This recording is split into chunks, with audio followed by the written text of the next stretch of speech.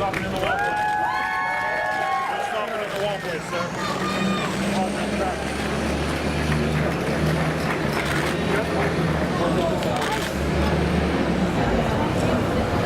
Thank you, Councilmember O'Farrell. So, Zoe, it's time to hear from you. But let me just say, by way of final introduction, we hereby declare this Zoe Saldana Day in Hollywood. Yeah!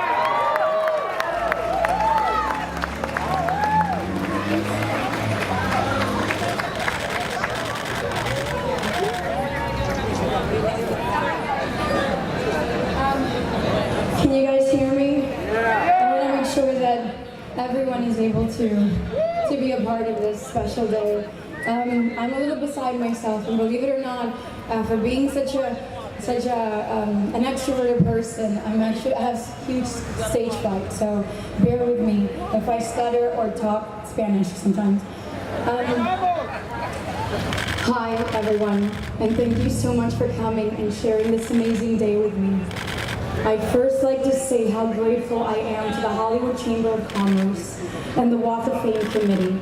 This ceremony and tradition wouldn't be possible without you. Thank you. To Jen, I'm truly honored by your kind and generous words, which only further exemplify the kind of director, storyteller, and mentor that you have been for me. Since I was a little girl, it's your stories that have resonated with me the most. From Sarah Connor to Ellen Ripley, I've been following you wherever you go, because you're my favorite filmmaker. It's hard to verbalize the impact you had on my life that day you asked me to play Neytiri. The door to infinite possibility was open, and because of that, today I have been given an unimaginable gift. I get to put a star on that doorstep, so thank you.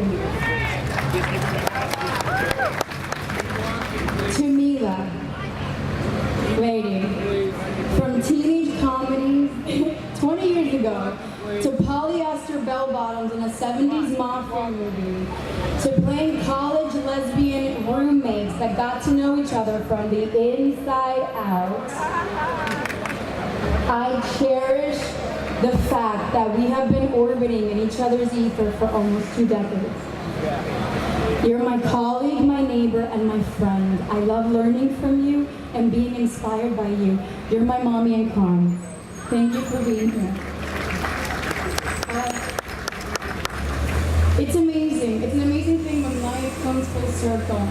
Back in the day when I was in this theater group from Brooklyn called Faces, if somebody would have told me then that I was going to end up here now, today, I would have been like, get out of here.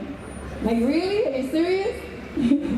Not because I didn't have that belief in myself, but it was simply because I just couldn't afford a plane ticket on an actor's salary at that time. But luckily, the United States Department of Justice invited my theater troupe on a free trip to Hollywood to perform at USC for college students. They lodged us in a hotel downtown that was pretty much connected to a train station, which we thought was the trendiest thing, because being New Yorkers, you know that train stations are the hot spot. But like most things do in LA, the train station closed early. So around midnight, we took a taxi, and we ended up here in Hollywood Boulevard, so we can just explore the city a bit.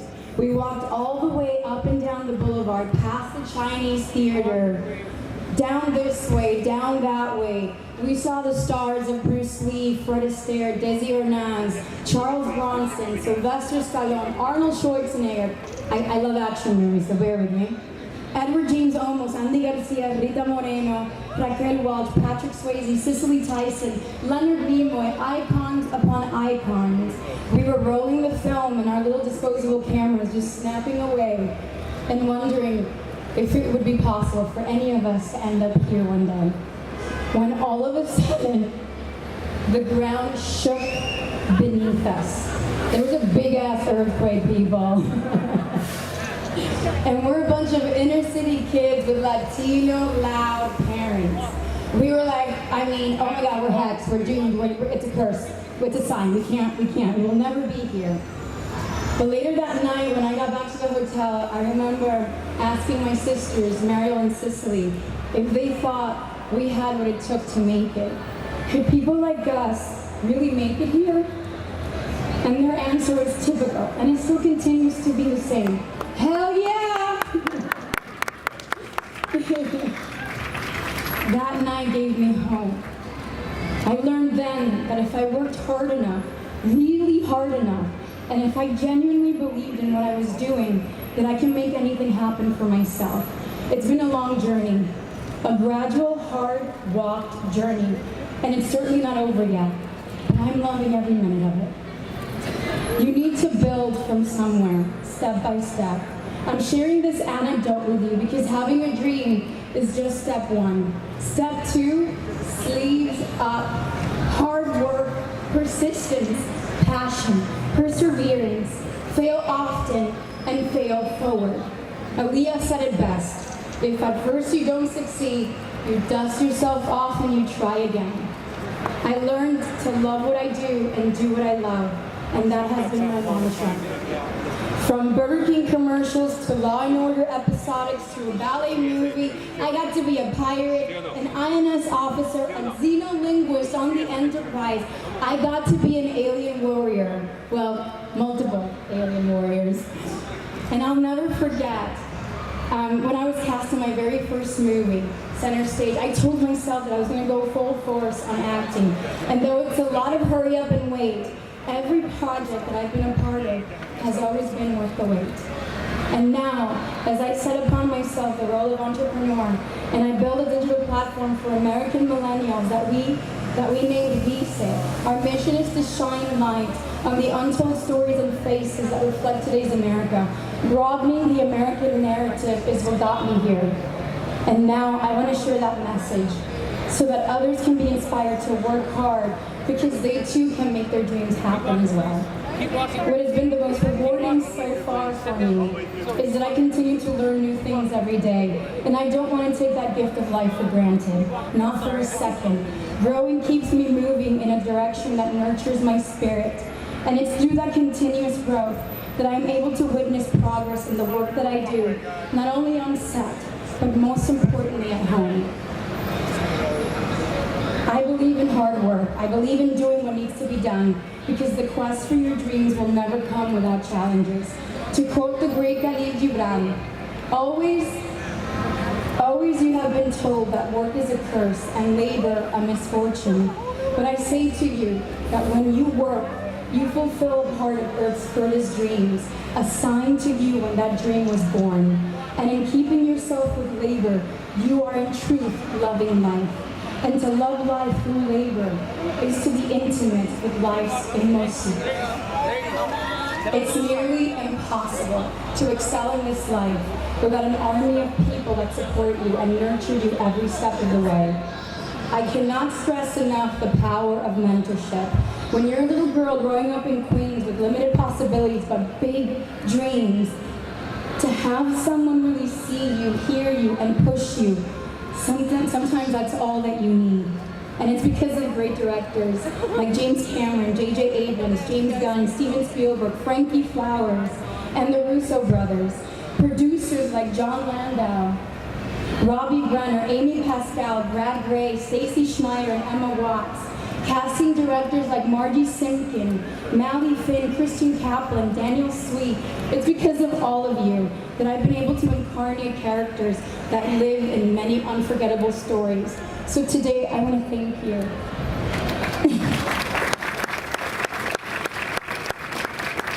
I want to share my sincerest gratitude to Disney for this moment. To Bob Iger and Alan Horn, thank you. And in particular to all of my Marvel producers, Kevin Feige, Luis Esposito, and Victoria Alonso. Thank you for letting me play in your marvelous sandbox. And what fun would a sandbox be without your friends to play in it with? To the cast of actors I've been blessed to work with throughout these years, to learn from and to grow with. Many of you came today and you have no idea how your presence and support is overflowing my cup of happiness. It will always be my honor to grow old with you, many of you, with all the franchises we're doing. I mean, Sam Worthington, you and I, we have gray hair now. It certainly takes a village, and I'm fortunate to have been raised by a great one my entire career. With that, I'd like to thank my team, past and present. Kevin Yorn, David Krinsman, Rick Yorn, Jim Talk, Harley Newman, Troy Bailey, to my publicist Gary and my assistant Finley. I love you all so much. You fight for me, you protect me, and you continuously push me to step outside of my comfort zone. Mil gracias. I'm almost done, I promise. Lastly, but certainly not least, I want to thank my family. Mommy, thank you for helping us fly. You've been our true north. Your unwavering guidance has always been evergreen. There is no limit to your love. You are the bow from which your children, as living arrows, are sent forth. And you're a very stable bow, so thank you. To Dayo, thank you for not being cynical when you were calling me a drama queen when I was 12 years old. You were serious, and I believed you. So thank you. To my grandma, abuela, I get my sass from you, lady. What can I say? Where's grandma? I get ya. You came here in 1961, and you haven't stopped. And it's because of you that we don't stop. To my sisters and brother, Mariel, Cicely, and Carlos. You guys are my partners in crime, my partners in thoughts, my partners in desires, and my partners in expectations. I love sharing my rawest emotions with you. You guys are my first and bestest friends. Yes, I made that word up before. And to my father, who I haven't seen since I was 9, I want to thank him. Wherever he is, I miss him, and I hope he's proud. And finally, I want to thank my husband. You are my everything. Every day you remind me to appreciate life's journey. You keep me grounded, and you help me slow down when I need to take in a moment. You keep me yearning to continue making art. You are that voice in my heart that keeps telling me, mend your life, love what you do, and do what you love. So thank you. I'm taking this moment off. But you know what makes me most excited every day when I wake up? The 3 masterpieces that we have created. Zen, Sai, and Bowie.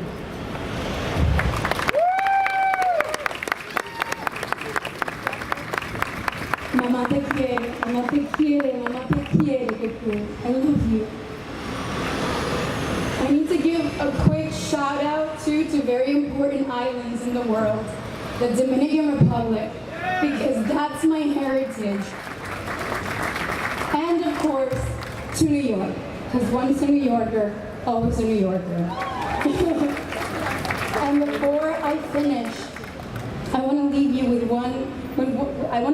one of my favorite Mary Oliver quotes. It's actually a question, and it's short and sweet. Tell me, what is it you plan to do with your one wild and precious life? I, for one, I just want to continue growing.